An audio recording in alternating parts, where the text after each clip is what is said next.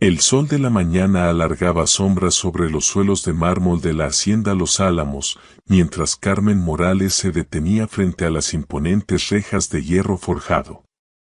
La maleta gastada pesaba en su mano, aunque apenas llevaba unos vestidos sencillos y el recuerdo del panadero de su padre. Apenas 24 horas antes, ella amasaba la harina en la trastienda de aquella humilde panadería, con el delantal cubierto de polvo blanco, soñando solo con hacer crecer algún día el pequeño negocio familiar. Ahora estaba a punto de convertirse en la esposa de uno de los hombres más ricos de la región, don Rafael Montenegro. El abogado de la familia Montenegro había llegado a la panadería 3 días atrás con una noticia que le destrozó la vida sencilla que llevaba. Don Tomás Montenegro, el patriarca de aquella inmensa fortuna, había fallecido 6 meses antes. En su testamento incluyó una cláusula tan extraña que dejó a todos sin aliento. Su único hijo, Sebastián, heredaría la hacienda entera y el control del imperio familiar, con una sola condición. Debería casarse con Carmen Morales, la hija del panadero que, años atrás, le había salvado la vida durante una tormenta de nieve implacable en las afueras del pueblo. Carmen aún recordaba aquella noche con claridad dolorosa. Tenía 14 años. Ayudaba a su padre a cerrar la panadería cuando encontraron al anciano desplomado en la nieve, casi sin aliento. Lo llevaron adentro, lo calentaron junto al fogón, le dieron pan recién horneado y sopa caliente. Su padre no aceptó ni un centavo por la ayuda. Don Tomás viajaba solo, su auto se había averiado en el camino, y sin aquella bondad humilde, habría muerto congelado en la oscuridad. Ahora, frente a la gran hacienda, Carmen comprendía el peso de aquel gesto olvidado por el tiempo. Don Tomás nunca lo olvidó. Y en su último acto quiso dar una lección de humildad a su hijo arrogante, obligándolo a unir su vida a la hija de un panadero. Ella intentó negarse. No quería nada de ese mundo de riquezas y poder. Pero el abogado, don Ernesto, le explicó con voz grave que si rechazaba, Sebastián perdería todo. Y entonces pensó en su padre enfermo, que necesitaba tratamientos caros que ellos jamás podrían pagar. El abogado le aseguró que, de cualquier modo, Sebastián cuidaría de su familia. Pero la conciencia de Carmen no le permitía ser la causa de que alguien perdiera su herencia. No podía cargar con esa culpa. Sebastián Montenegro, en cambio, hervía de furia cuando supo las condiciones del testamento. Su rabia resonó por todos los salones de la hacienda. ¿Cómo se atrevía su padre a atraparlo así? ¿Cómo osaba obligarlo a casarse con una muchacha cualquiera de una panadería? Él se había forjado una reputación de hombre astuto, calculador, siempre en control. Este matrimonio lo convertía en una marioneta movida por los hilos de un muerto. La boda se organizó con rapidez y en silencio. Nada de fiestas fastuosas ni cientos de invitados. Solo una ceremonia sencilla en la capilla privada de la hacienda, con unos pocos testigos. Carmen llevaba un vestido blanco sencillo que doña Rosa, la ama de llaves principal, había arreglado a toda prisa para que le quedara bien. Era hermoso en su modestia, pero ella se sentía una intrusa con aquella tela sobre la piel. Sebastián esperaba junto al altar, impecable en su traje negro perfectamente cortado, la mandíbula tensa, los ojos verdes fríos como el hielo de las cordilleras. No miró a Carmen mientras ella avanzaba por el corto pasillo. Mantuvo la vista fija al frente, como si quisiera estar en cualquier otro lugar del mundo. La ceremonia avanzó con precisión mecánica. El padre habló de amor y compromiso, pero las palabras sonaban vacías en aquel silencio cargado de tensión. Al llegar el momento de los votos, la voz de Sebastián salió plana, sin emoción alguna. La de Carmen tembló un instante, pero habló con claridad, decidida a no mostrar debilidad. Luego llegó el intercambio de anillos. Cuando Sebastián deslizó la alianza de oro en el dedo de ella, se inclinó hasta rozar su oído. Su aliento era cálido contra la piel, pero sus palabras fueron puro hielo: no te hagas ilusiones, Carmen. Eres solo un contrato firmado. Aquellas palabras la golpearon como un puñetazo en el pecho. El aire se le atoró en la garganta. Por un instante, las lágrimas amenazaron con desbordarse. Pero Carmen había aprendido a ser fuerte en años de madrugadas en la panadería, atendiendo clientes difíciles y soportando jornadas interminables. Parpadeó para alejar las lágrimas, levantó la barbilla y colocó el anillo en el dedo de él con manos firmes. No le daría el gusto de verla derrumbarse.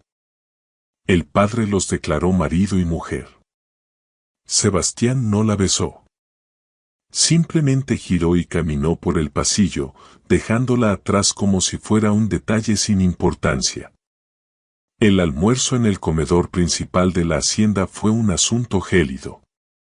Sebastián se sentó a la cabecera de la larga mesa, hablando solo con don Ernesto sobre asuntos de negocios.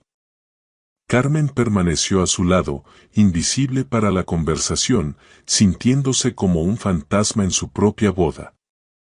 La comida era exquisita, preparada por la cocinera de la casa, pero a ella le supo a ceniza. Doña Victoria Montenegro, la madre de Sebastián, observaba desde su silla de ruedas en el extremo opuesto de la mesa. Estaba demasiado débil para asistir a la ceremonia en la capilla, pero insistió en estar presente en la comida. Sus ojos azules, tan parecidos a los de su hijo, estudiaban a Carmen con una expresión imposible de descifrar. A diferencia de Sebastián, doña Victoria no se había opuesto al matrimonio. Algunos murmuraban que ella había conocido el contenido del testamento antes de que don Tomás muriera, y que lo había aprobado en silencio. Terminada la comida, Sebastián se levantó sin decir una palabra y abandonó el salón. Carmen se quedó sentada, sin saber qué hacer. Doña Rosa se acercó con suavidad, la tomó del brazo y la guió escaleras arriba, hacia lo que ahora sería su nueva habitación. Era una habitación hermosa, con altos ventanales que daban a los jardines llenos de flores de la hacienda Los Álamos, amueblada con antigüedades finas y telas suaves que invitaban al reposo. Pero no era el dormitorio principal. Sebastián había dejado muy claro, desde el primer instante, que este matrimonio sería solo de nombre, nada más. Aquella primera noche, Carmen se sentó al borde de la cama y, por fin sola en la penumbra, se permitió llorar. Lloró por la vida humilde que había dejado atrás, por su padre, que ahora recibía los cuidados médicos que tanto necesitaba, pero a un precio tan alto para su propia felicidad. Lloró por aquellas palabras crueles que aún le quemaban el alma: eres solo un contrato firmado. ¿Eso sería todo lo que representaría para siempre en esta casa?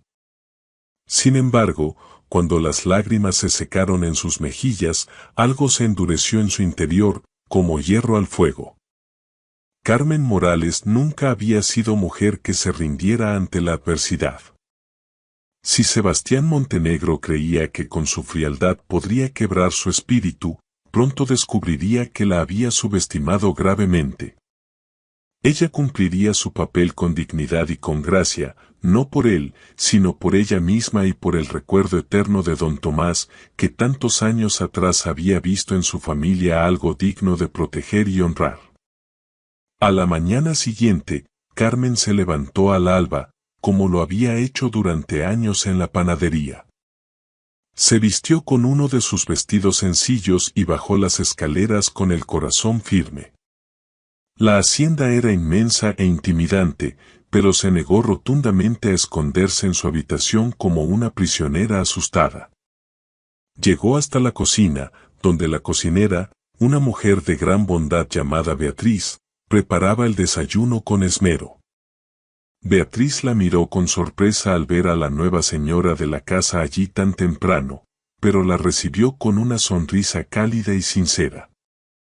Carmen supo entonces que Sebastián había dado órdenes estrictas al personal, que no la trataran de manera diferente a cualquier otro miembro de la familia, lo que la mayoría entendió como permiso para mantenerse distantes y fríos. Pero Beatriz, que había servido fielmente a don Tomás durante 30 largos años, recordaba con claridad aquella noche en que el patrón regresó a casa conmovido, contando la historia del panadero y su hija que le habían salvado la vida en medio de la tormenta. Mientras conversaban con afecto, Carmen fue comprendiendo poco a poco el mapa de su nueva existencia. La hacienda tenía docenas de habitaciones, la mayoría cerradas y olvidadas por el tiempo. Sebastián pasaba la mayor parte del día encerrado en su estudio o ausente en sus oficinas de la ciudad.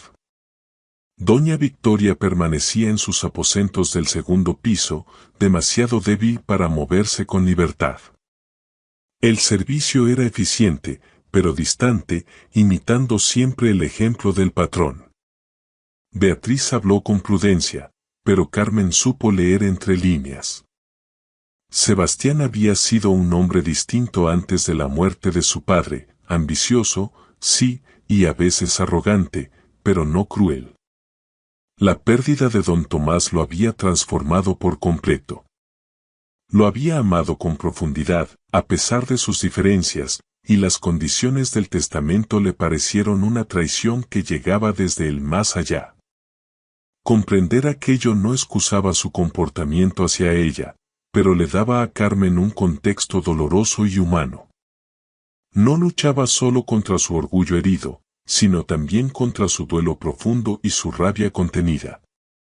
No sería fácil sobrevivir en esa casa, y mucho menos encontrar un pedacito de paz en medio de tanto hielo. Pero Carmen había tomado su decisión al aceptar este arreglo. Lo llevaría hasta el final, con la frente en alto. En las semanas que siguieron, ella fue tejiendo una rutina propia y serena. Se levantaba al amanecer, recorría la hacienda y sus jardines extensos, buscaba formas humildes de hacerse útil. Comenzó a visitar a doña Victoria todos los días, le leía en voz alta cuando la anciana estaba demasiado cansada para sostener un libro. Doña Victoria respondía con una ternura que su hijo parecía haber olvidado por completo, y poco a poco, entre las dos mujeres, floreció un cariño verdadero, profundo y reconfortante. Carmen también encontró refugio en la gran biblioteca de la hacienda, un salón inmenso repleto de miles de volúmenes encuadernados. Siempre había amado la lectura, pero en la panadería apenas tenía tiempo para abrir un libro.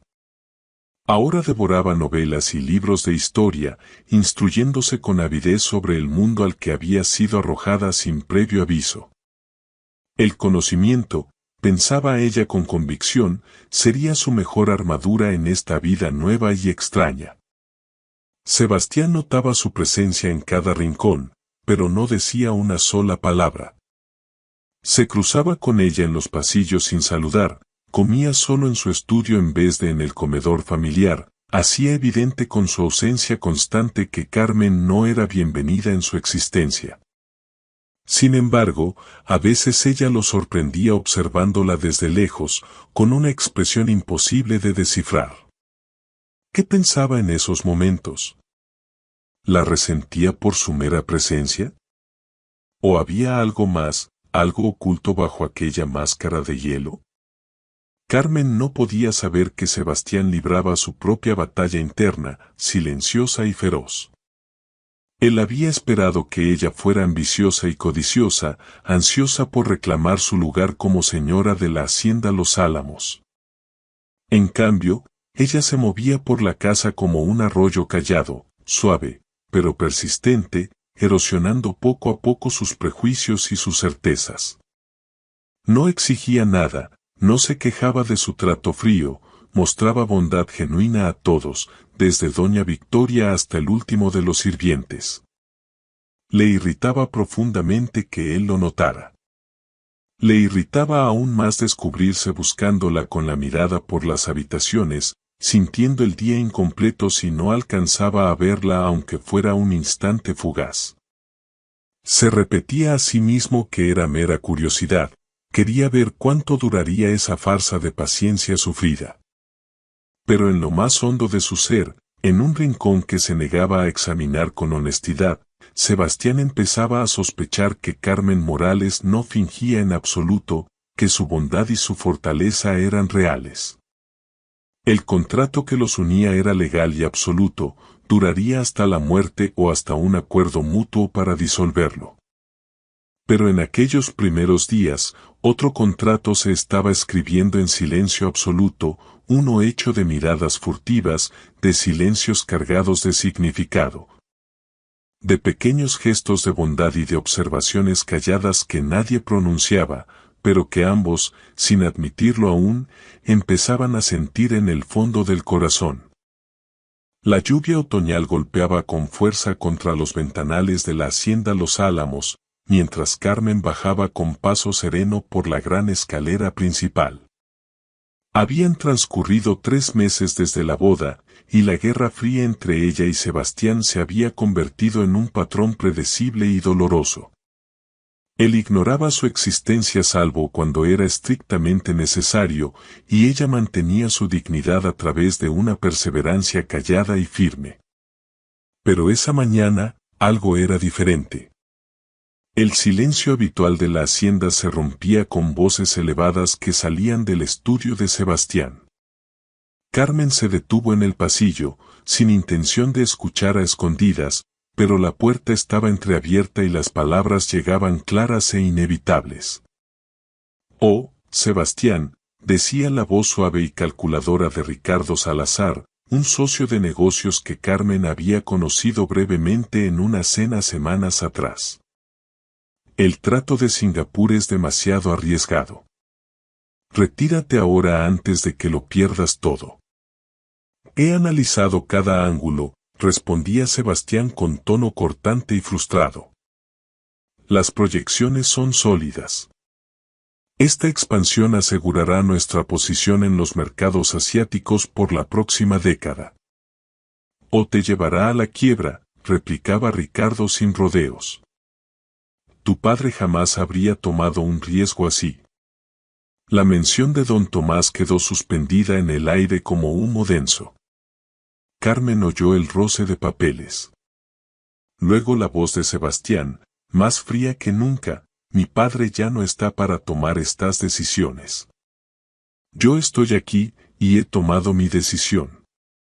Los pasos de Ricardo se acercaron a la puerta, y Carmen se apartó rápidamente, sin querer ser descubierta. Cuando él salió, casi chocó con ella. Sus ojos brillaron con algo calculador antes de dibujar una sonrisa cortés. «Señora Montenegro, siempre un placer». Carmen inclinó la cabeza en silencio. Había algo en Ricardo Salazar que le erizaba la piel, aunque no podía explicar exactamente por qué. Siempre había sido cortés con ella, pero esa cortesía parecía una máscara que ocultaba algo más oscuro y peligroso. Después de que Ricardo se marchara, Carmen siguió hacia el invernadero, donde doña Victoria pasaba sus mañanas. La salud de la anciana había empeorado lentamente, y Carmen se había convertido en su compañía constante durante aquellos días difíciles. La encontró sentada junto a los ventanales, envuelta en mantas a pesar del calor acogedor de la habitación. «¿Los oíste discutir?», dijo doña Victoria sin preámbulos. Su voz era débil, pero su mente seguía afilada como un cuchillo. Carmen se sentó a su lado. «No quise escuchar». «Ricardo Salazar es una serpiente», afirmó doña Victoria con crudeza. «Desde que Tomás murió, ha intentado posicionarse como la mano derecha de Sebastián. Pero no le importan los intereses de mi hijo, solo quiere el control de la empresa para él». Carmen guardó silencio, absorbiendo aquellas palabras. Sabía poco de negocios, pero entendía muy bien la naturaleza humana. ¿Por qué Sebastián no lo ve? Porque está ciego de dolor y de rabia, respondió doña Victoria, extendiendo una mano frágil pero cálida para tomarla de Carmen. El testamento de mi esposo lo hirió profundamente. Ve tu presencia como un recordatorio constante de que su padre no confiaba en él. No es racional, pero el duelo rara vez lo es. Carmen sintió que se le apretaba la garganta. Me desprecia. Oh, hija mía, te teme. Los ojos azules de doña Victoria se clavaron en los de Carmen con una claridad sorprendente. Tú representas todo lo que le enseñaron a rechazar, bondad sin segundas intenciones, fuerza sin arrogancia, amor sin condiciones. Lo aterras porque desafías todo lo que él cree sobre cómo funciona el mundo. Antes de que Carmen pudiera responder, doña Rosa apareció en la puerta con expresión preocupada. Señora Montenegro, don Sebastián la está llamando al estudio. El corazón de Carmen dio un vuelco. En 3 meses, Sebastián jamás había pedido verla directamente. Se despidió con ternura de doña Victoria y caminó hacia el estudio, con la mente llena de preguntas y temores. Sebastián estaba de pie junto al ventanal, de espaldas a la puerta. No se volvió cuando ella entró. Cierra la puerta, dijo en voz baja. Carmen obedeció y esperó en silencio. Necesito tu ayuda, confesó él al fin, como si aquellas palabras le costaran un esfuerzo físico enorme. Mañana hay una cena. Inversionistas de Singapur.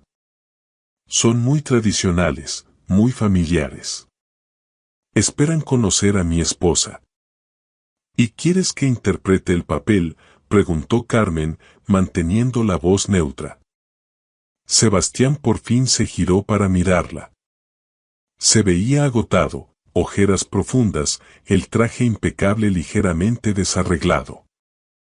Quiero que estés presente, que seas tú misma. Verían a través de cualquier actuación.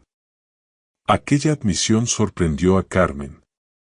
Era lo más cercano que Sebastián había estado a reconocer que ella tenía algún valor más allá del contrato que los unía. Lo haré, respondió ella simplemente. Algo brilló en los ojos de él, alivio, quizá. ¿O sospecha? Habrá 7 platos. Los Chen son muy estrictos con la etiqueta. Doña Rosa te ayudará a prepararte. Crecí en una panadería, Sebastián, no en una cueva, replicó Carmen con un dejo de acero en la voz. Sé qué tenedor usar. Por primera vez desde la boda, los labios de Sebastián se curvaron en algo que podría haber sido una sonrisa fugaz. El momento pasó rápido, su expresión se endureció de nuevo. Vístete apropiadamente. Nada de esos vestidos sencillos que prefieres. La crítica dolió, pero Carmen no lo dejó ver. ¿Algo más? Sebastián dudó, como si luchara consigo mismo. Solo estate lista a las 7. Carmen salió del estudio con la compostura intacta. Pero apenas en el pasillo, se apoyó contra la pared y dejó escapar un suspiro largo y tembloroso. Ni ella ni Sebastián lo sabían aún, pero los verdaderos términos de su matrimonio seguían negociándose en silencio, y el resultado los sorprendería a ambos. La noche siguiente sería una prueba, no solo de sus habilidades sociales, sino de su capacidad para estar al lado de Sebastián como una igual, aunque él se negara a verla así. El día transcurrió en un torbellino de preparativos. Doña Rosa, que con los meses había tomado cariño a Carmen, la ayudó a elegir un vestido del armario que Sebastián había mandado llenar con prendas que ella jamás había usado. Optaron por un elegante traje de terciopelo verde esmeralda que realzaba su cabello oscuro y hacía brillar la calidez de sus ojos castaños.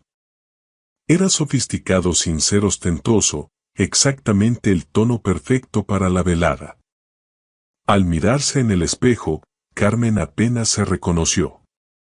Siempre había sido bonita de una manera sencilla, pero aquel vestido la transformaba en alguien completamente distinta. Por un instante, se permitió imaginar a Sebastián viéndola así, viéndola de verdad, y algo en su expresión fría suavizándose. Luego apartó el pensamiento con firmeza. Fantasear era peligroso. Los invitados llegaron puntuales a las 7.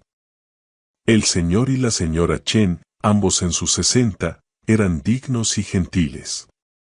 Los acompañaba su hijo David, un arquitecto exitoso de poco más de 30 años.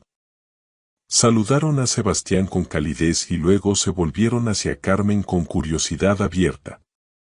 Señora Montenegro, dijo la señora Chen tomando sus manos entre las suyas, qué maravilla conocerla por fin.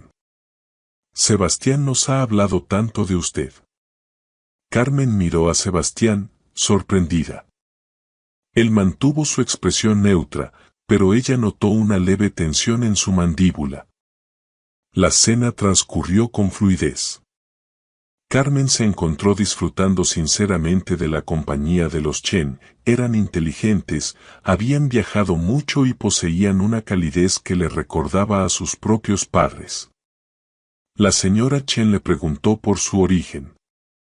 Y en vez de ocultar sus raíces humildes, Carmen habló con honestidad, contó sobre su infancia en la panadería, sobre aprender a amasar pan al lado de su padre, sobre la satisfacción de crear algo con sus propias manos. Sebastián la observó durante toda la comida, con expresión indescifrable. Carmen notó su mirada, pero se concentró en estar presente con los invitados, respondía preguntas, hacía las suyas, facilitaba la conversación entre Sebastián y el señor Chen. Cuando surgió el tema de los negocios, durante el quinto plato, la velada tomó un giro inesperado. David Chen, que había estado callado casi toda la cena, se dirigió directamente a Carmen. Señora Montenegro, entiendo que ha tomado interés en los jardines de la hacienda. Mi madre mencionó que la vio dibujando la fuente la semana pasada. Carmen parpadeó, sorprendida. En efecto, había estado dibujando la fuente, una vieja costumbre de su infancia, cuando no podía permitirse pinturas y se conformaba con lápiz y papel. No sabía que alguien lo había notado. Sí, me gusta dibujar. Los jardines de aquí son hermosos. David es todo un artista, intervino la señora Chen con orgullo. Quizá podrías mostrarle algunos de tus trabajos. Antes de que Carmen pudiera responder con cortesía, Sebastián habló, su voz cortando el ambiente agradable como una cuchilla. Estoy seguro de que Carmen tiene cosas más importantes que hacer que mirar dibujos. La mesa quedó en silencio absoluto. Carmen sintió que el calor le subía a las mejillas, no de vergüenza por ella, sino de indignación por la rudeza de Sebastián hacia sus invitados. La sonrisa de la señora Chen vaciló un instante y la expresión del señor Chen se enfrió. Carmen tomó una decisión en fracciones de segundo. Colocó su mano sobre la de Sebastián en la mesa, un gesto que parecía cariñoso, pero que le permitió apretar con fuerza para hacerle sentir su punto. Lo que mi esposo quiere decir, explicó con voz suave y sonrisa intacta, es que me encantaría ver los trabajos de David, pero quizá después de la cena, cuando podamos prestarles la atención que merecen.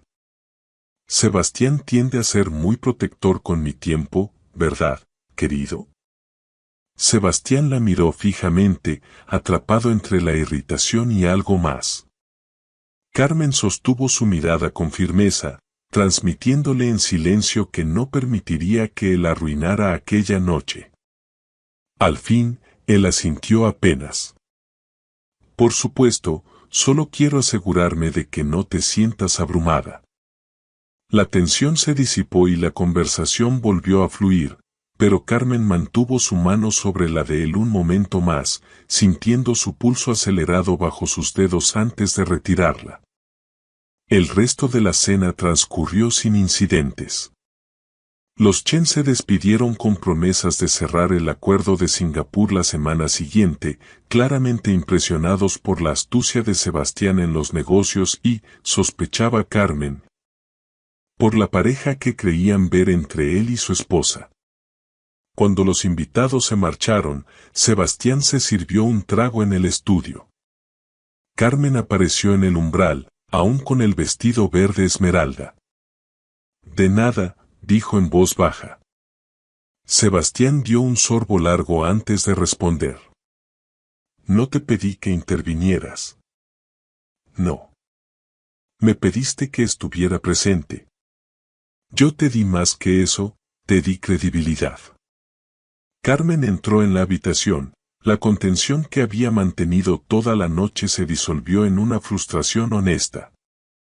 La señora Chen me confesó durante la cena que casi cancelan esta noche.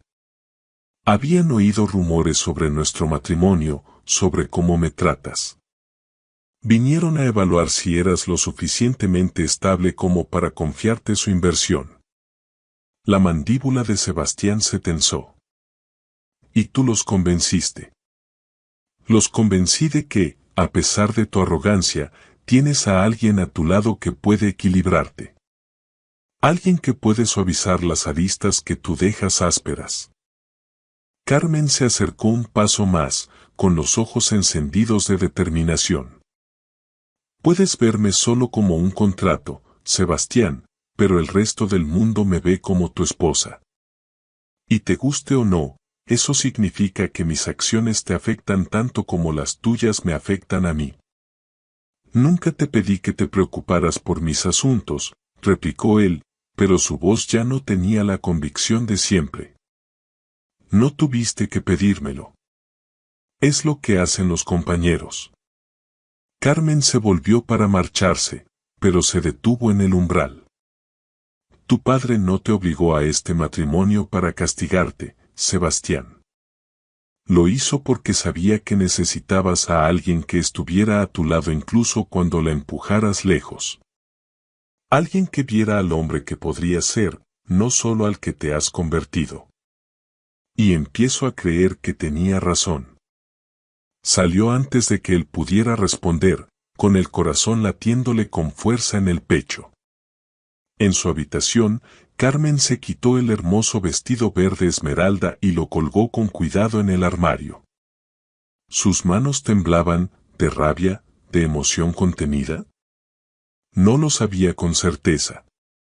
Lo que no imaginaba era que Sebastián permaneció largo rato en el estudio después de su partida, mirando fijamente la puerta por la que ella había salido, con sus palabras resonando una y otra vez en su mente. Por primera vez desde la muerte de su padre, sintió que algo se resquebrajaba en la muralla que había construido alrededor de su corazón, y aquello lo aterrorizó. Las semanas siguientes trajeron cambios sutiles, casi imperceptibles, a la hacienda Los Álamos. Sebastián no se disculpó por su comportamiento en la cena, pero su trato hacia Carmen cambió de manera sutil. Volvió a comer en el comedor en lugar de encerrarse en su estudio. Le pedía opinión sobre asuntos menores de la casa. Una vez, cuando ella mencionó un libro que estaba leyendo, al día siguiente apareció otro del mismo autor dejado discretamente fuera de su puerta, sin una sola palabra. Carmen notaba aquellos pequeños gestos, pero no los mencionaba directamente. Seguía con sus rutinas, cuidando a doña Victoria, dirigiendo al servicio que ya la respetaba profundamente, leyendo en la biblioteca, dibujando en los jardines, pero siempre era consciente de la presencia de Sebastián. De sus ojos siguiéndola cuando creía que ella no se daba cuenta.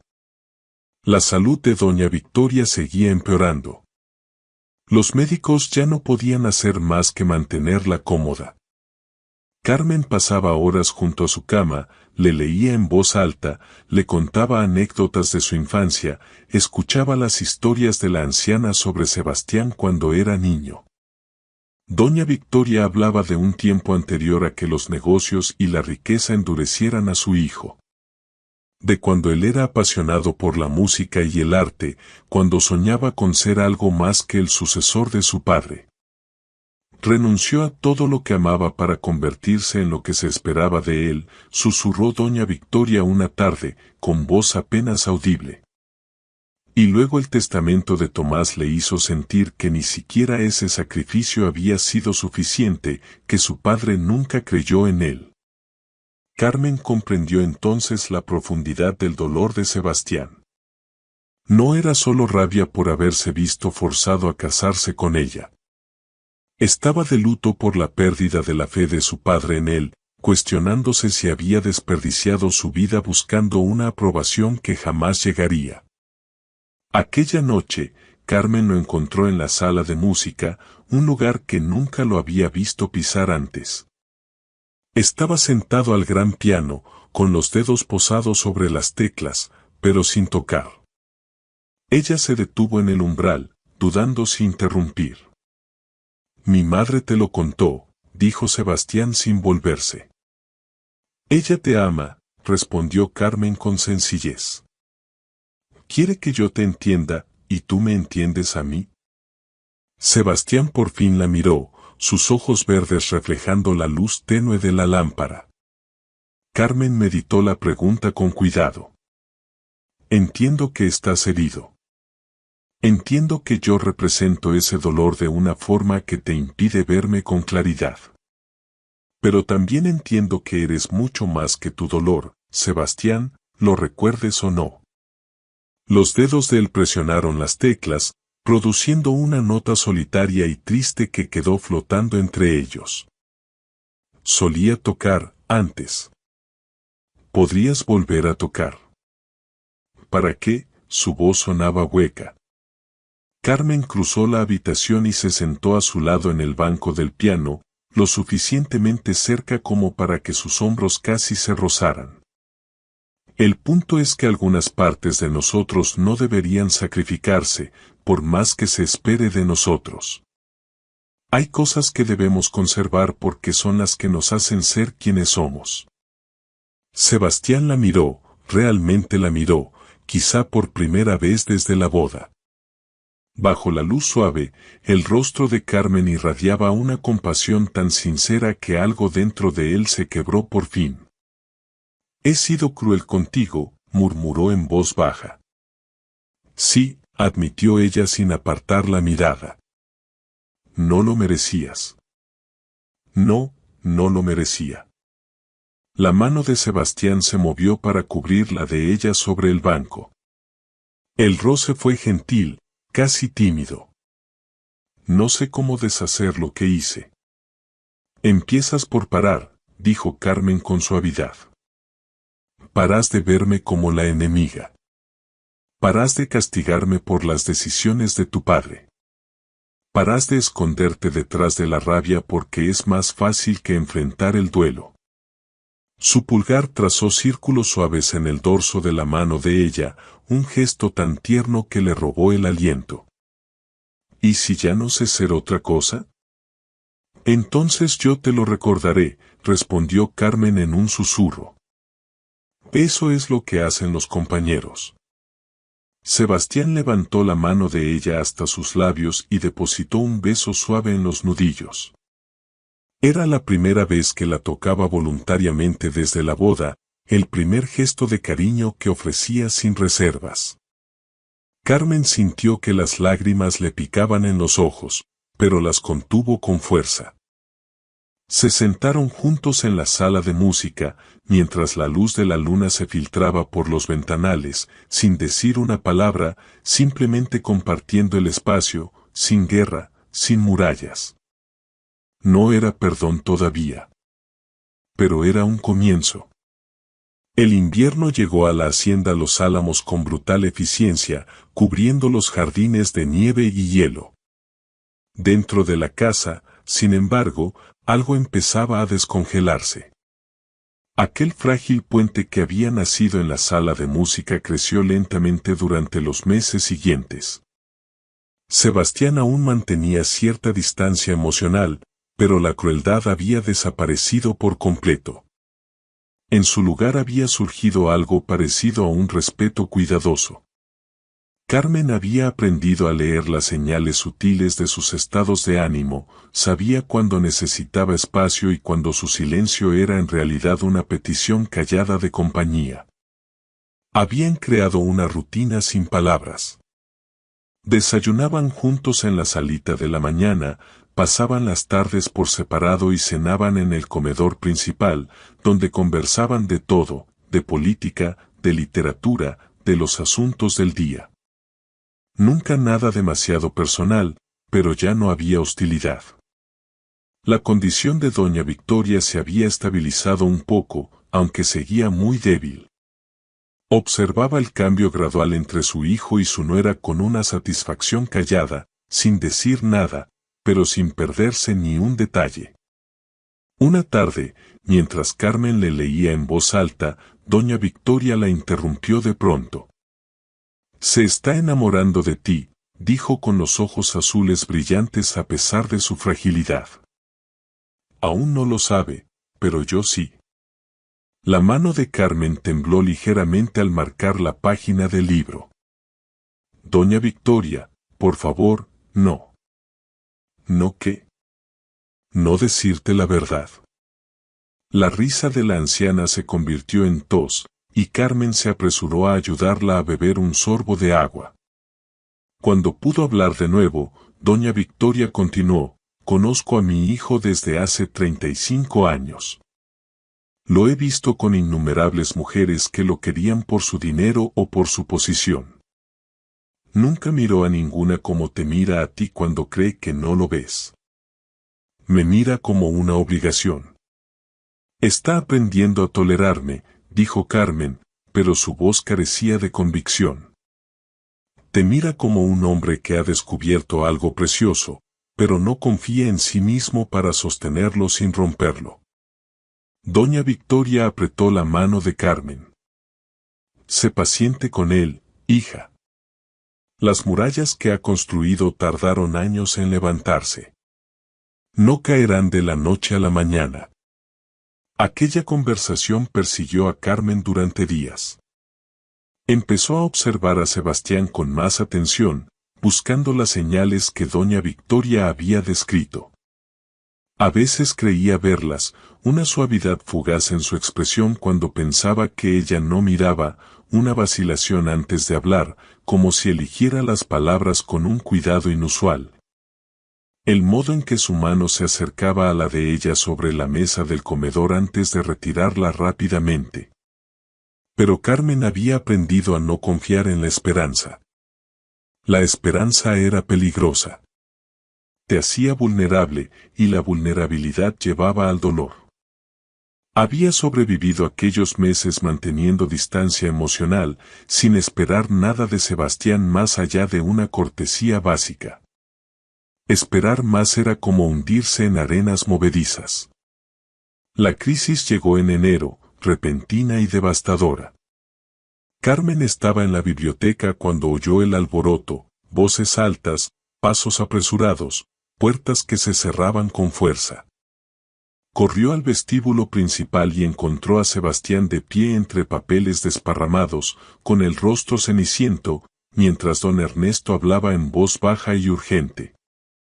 «¿Qué ha pasado?», preguntó Carmen, pero nadie respondió. Sebastián pasó junto a ella sin una palabra, rumbo a su estudio. Don Ernesto la miró con algo parecido a la lástima antes de recoger los documentos y seguirlo. Doña Rosa apareció a su lado. «Es grave, señora Montenegro. Algo con el trato de Singapur». Oía don Ernesto mencionar fraude. El estómago de Carmen se hundió. Caminó hacia el estudio sin molestarse en llamar y entró directamente. Sebastián estaba detrás del escritorio, con las manos apoyadas en la superficie, mirando los documentos como si estuvieran escritos en un idioma desconocido. Don Ernesto permanecía cerca, con el rostro grave. ¿Qué ha pasado?, insistió Carmen, cerrando la puerta tras de sí. Esta vez Sebastián respondió, con voz hueca: Ricardo Salazar. Ha estado desviando fondos del proyecto de Singapur durante meses. Millones. Lo estructuró para que pareciera que yo autoricé las transferencias. Cuando los Chen descubrieron el dinero faltante, acudieron a las autoridades. Habrá una investigación. La mente de Carmen corrió a toda velocidad. Pero usted no autorizó nada. Tiene que haber pruebas. Los documentos llevan mi firma, dijo Sebastián, alzando por fin la vista hacia ella. Sus ojos estaban devastados. Falsificada, obviamente, pero probarlo llevará tiempo. No tenemos tiempo. Los Chen están furiosos. Han retirado todo el trato. Otros inversionistas están en pánico. Mañana por la mañana enfrentaré cargos criminales y la ruina financiera. ¿Dónde está Salazar ahora? Desaparecido, respondió don Ernesto. Se esfumó con el dinero.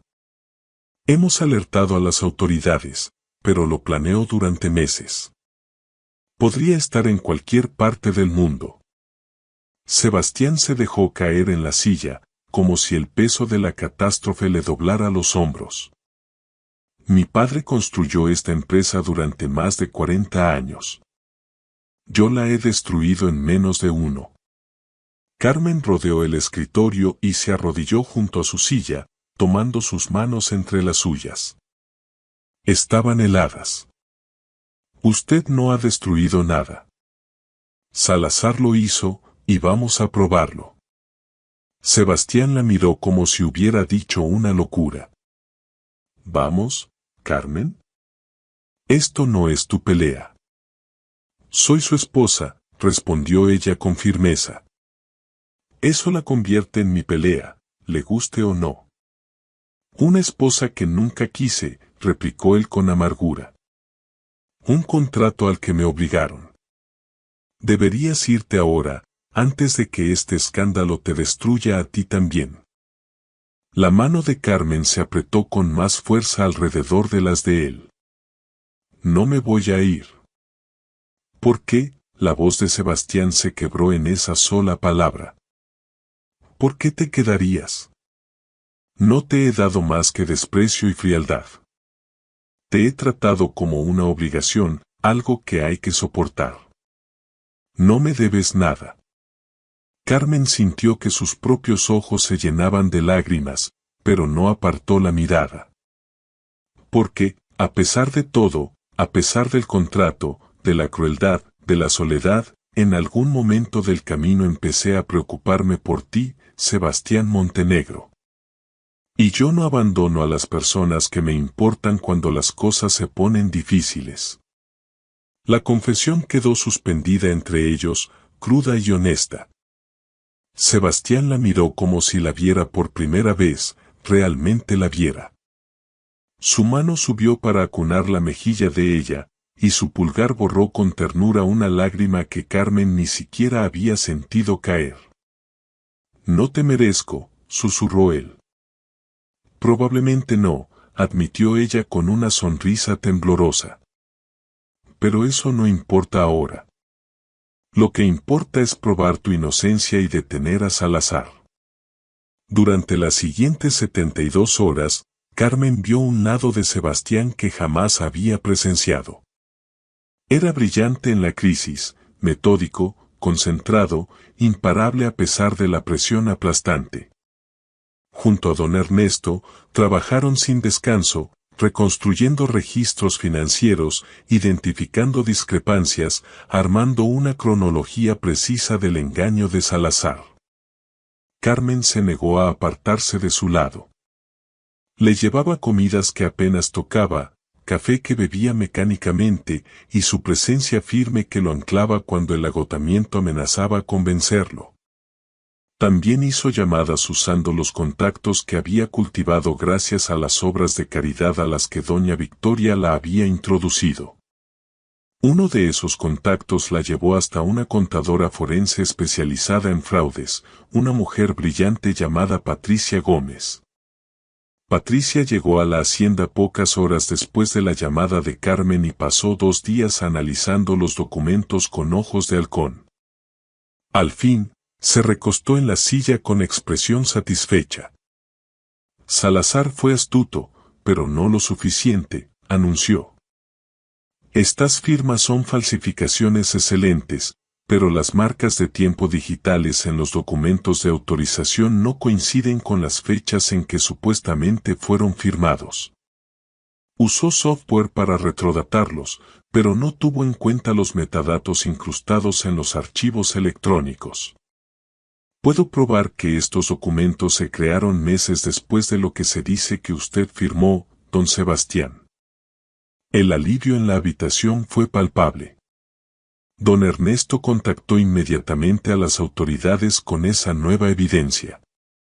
En cuestión de horas, la investigación cambió de rumbo, del foco en Sebastián pasó a Salazar. Se emitió una orden internacional de captura, pero el daño a la reputación de la empresa seguía allí. Los inversionistas aún estaban nerviosos, los socios dudaban. Los Chen, aunque se disculparon una vez probada la inocencia de Sebastián, ya habían llevado su negocio a otro lado. La empresa Montenegro enfrentaba el futuro más incierto en décadas.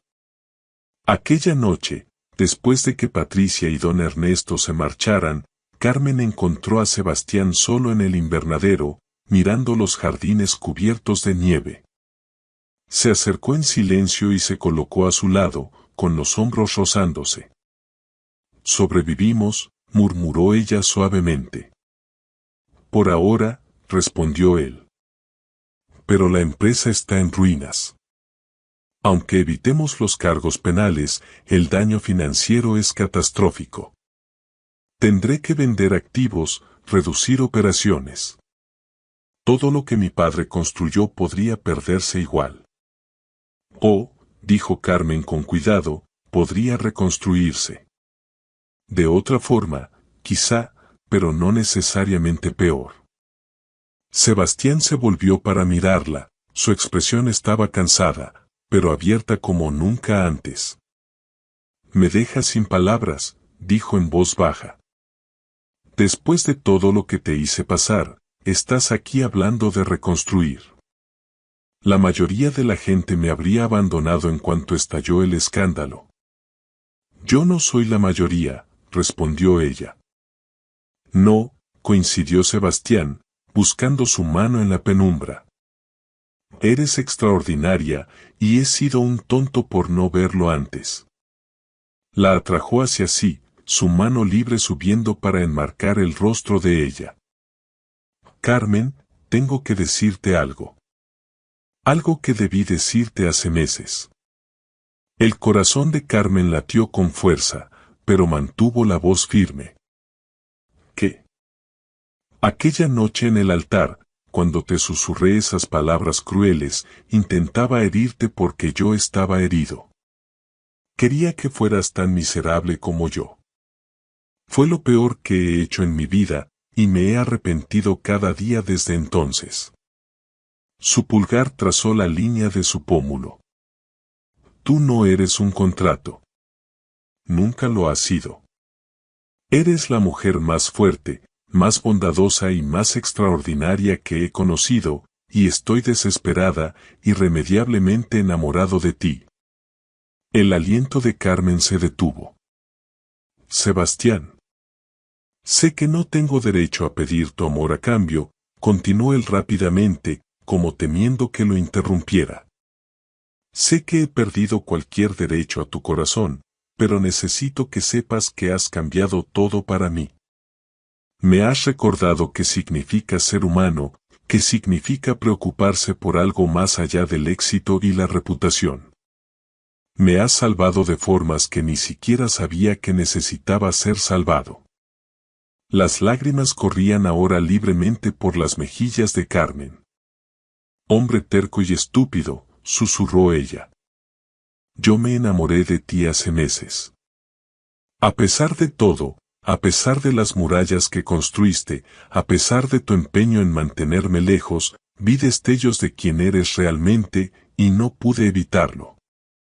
La expresión de Sebastián se transformó, la esperanza y la maravilla reemplazaron el dolor que lo había perseguido durante días. Dilo otra vez, murmuró con voz entrecortada. Te amo, dijo Carmen con claridad.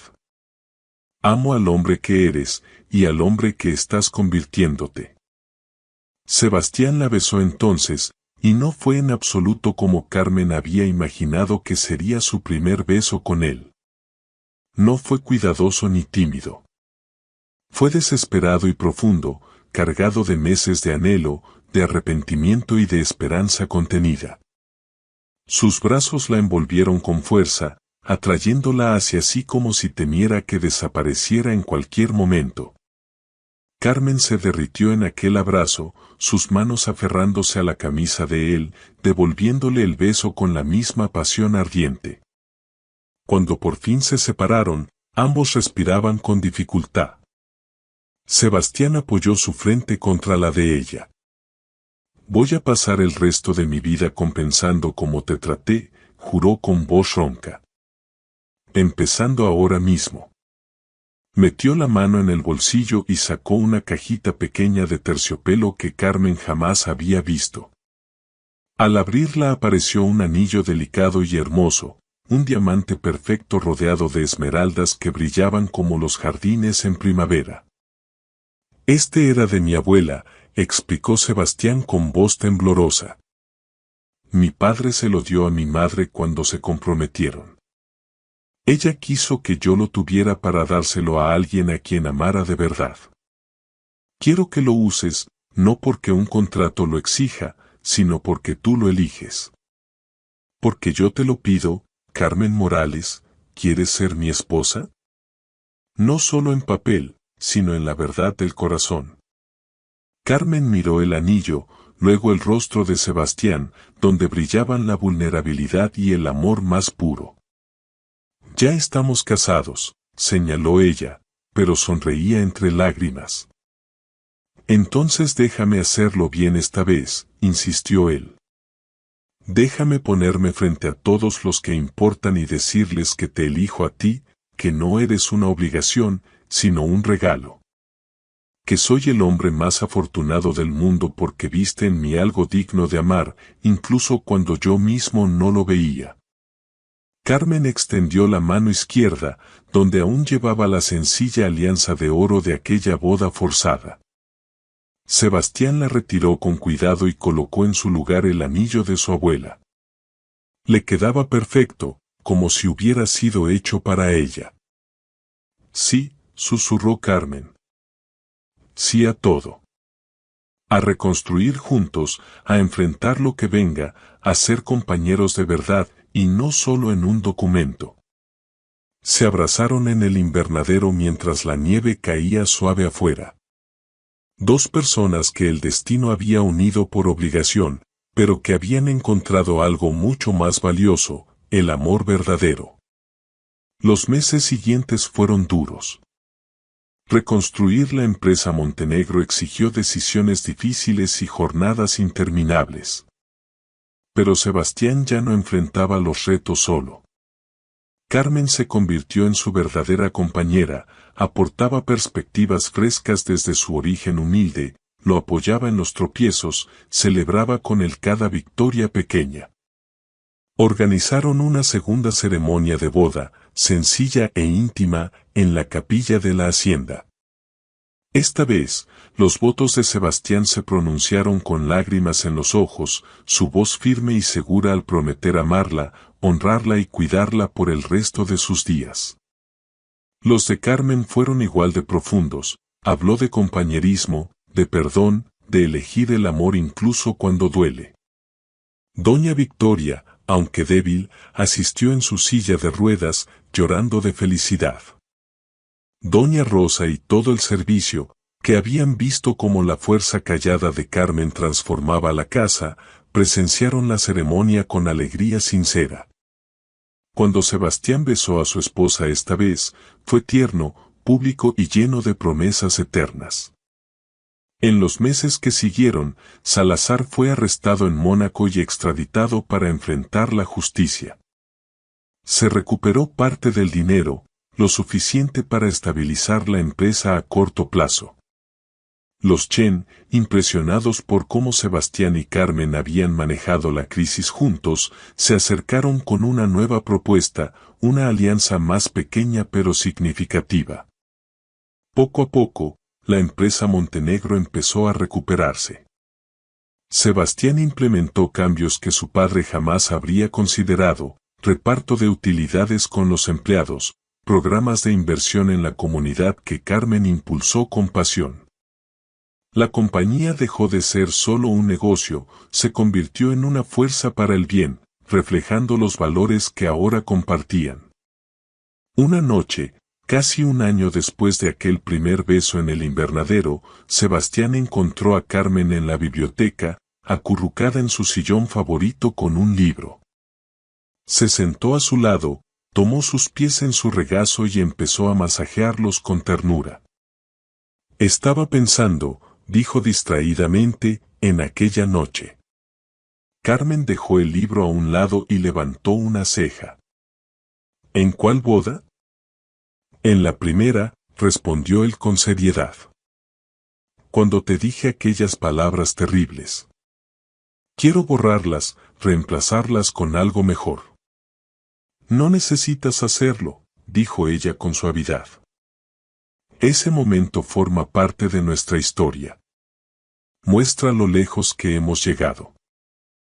Tal vez, concedió Sebastián.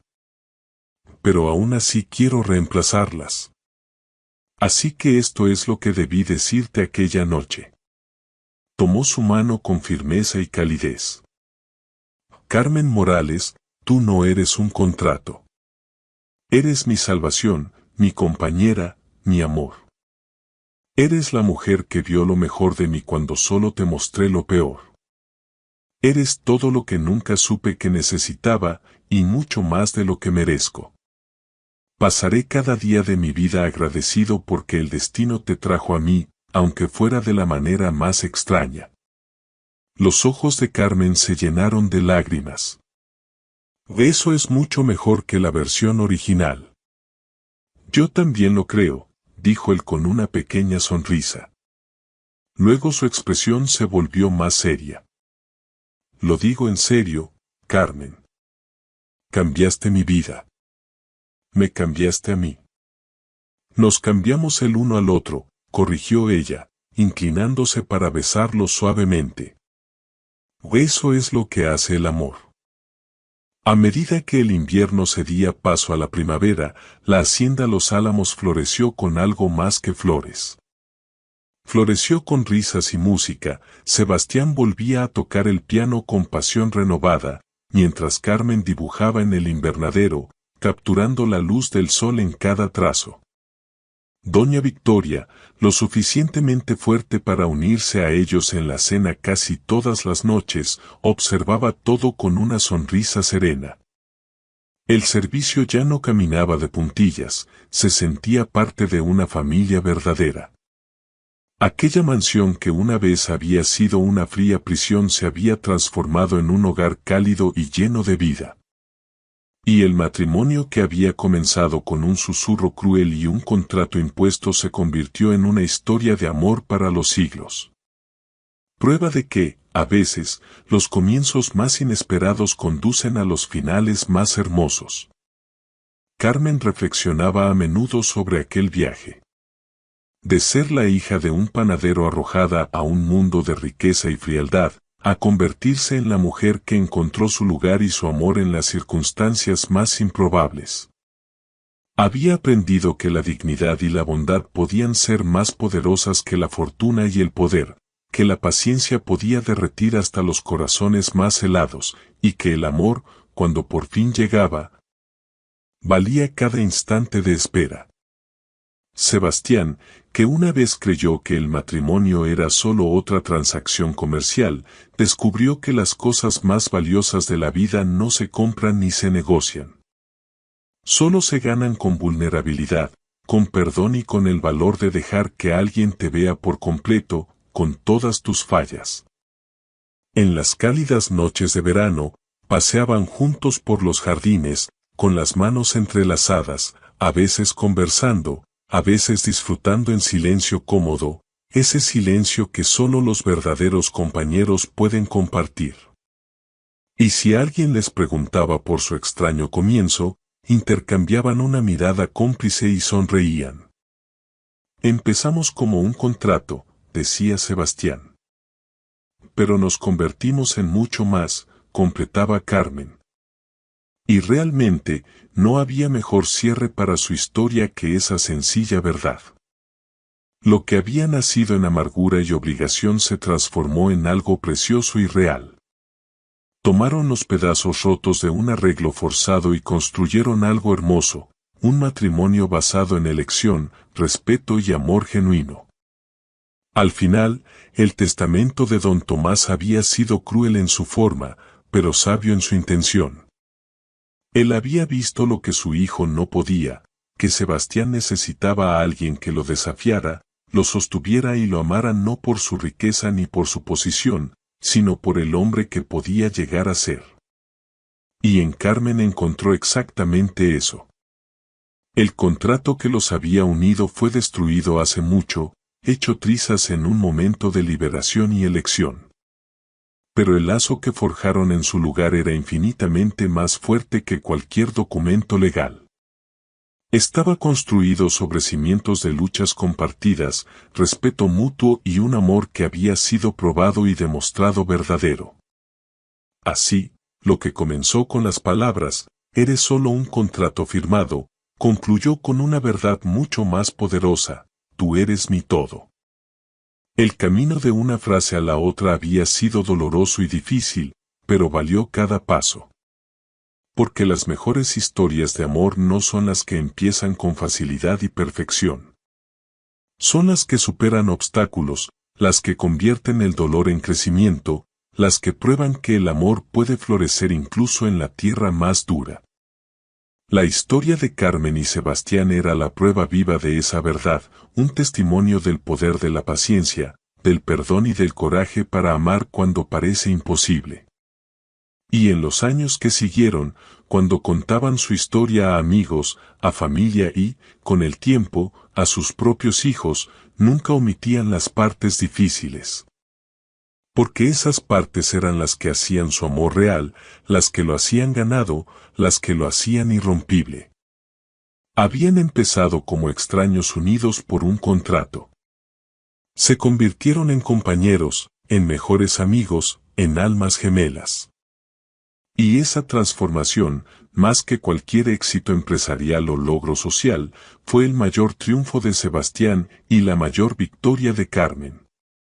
Juntos, convirtieron un comienzo forzado en un para siempre elegido. Y al hacerlo, demostraron que, a veces, las historias de amor más hermosas son aquellas que nadie, ni siquiera los propios enamorados, vio venir. Gracias por haber dedicado tu tiempo a escuchar esta historia. Si te conmovió, si te hizo suspirar o recordar que el amor verdadero siempre encuentra su camino, no olvides compartirla con tus seres queridos. Que llegue a más corazones que lo necesiten. Hasta la próxima historia de pasión, perdón y esperanza. Que Dios te bendiga.